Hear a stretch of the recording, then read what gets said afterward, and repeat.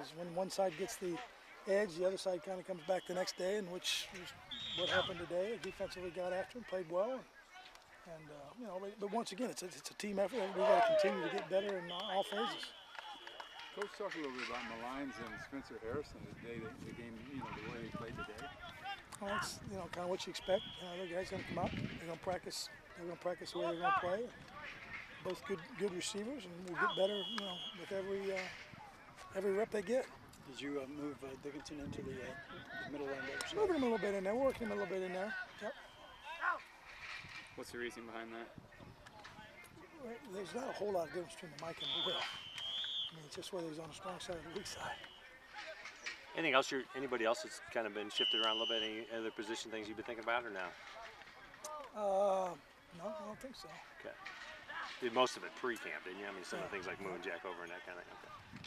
Hey, Coach, what do you expect from Spence this year? He played next to Corey last year, and probably a lot of people were concentrating on Corey, and Akeem had a pretty good year. What do you expect without Corey there this year?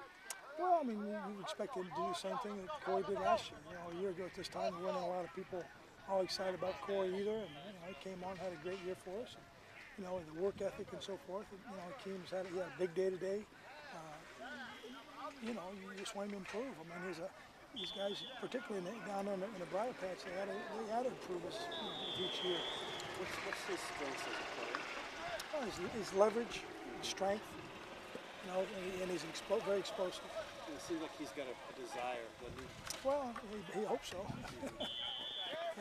Coach, any comment on Cooper and look, he's getting a lot of work in the middle with Ian. Cooper's doing well, and with Ian's got that sprained AC joint. Probably could have gone yesterday, but we decided to hold him. But both Cooper and Dickerson are both doing well for freshmen. You've been able to follow all the shenanigans or in the SEC and Texas A&M. You heard anything about it, or you know much about it, or not? Well, I heard Texas A&M was going to the SEC. Then I heard they're not going to the SEC. So no, I haven't followed that. Okay. Do you think I got my own problems. Do you think having a mega conference of more than 12 teams would be good, or how would that reflect on college football? Really, once again, those things like that, I'm not. It doesn't really matter what any of us think. You guys probably have more control over that than what coaches think. Coach, Saturday when you had to come out, did that cost you that practice, or could you add another one back in? Or Well, how does that work? the Big Ten told us that it cost us that practice, so it's the rules. All we're trying to do is be safe and keep guys safe, and I guess. Does that get you? What did that mean in a practical term? Did you have to miss one today, or is that? Well, that's why you went. That's kind of the reason we only went one today. Okay, so it doesn't cost you another day down the road. Just cost you the one, just the one session. 29 practice opportunities. Is there an amount of minutes or something, or how does that work? I don't know. When I told Adrian to ask, I kind of figured that would be the answer. But I mean, we could have stayed out there, but aren't you trying to try to protect your kids? And then after the lightning went away, then now you worry about stiffness and pulled muscles and wet grass and things like that. So it wasn't. I don't think it was safe for them to be out there. And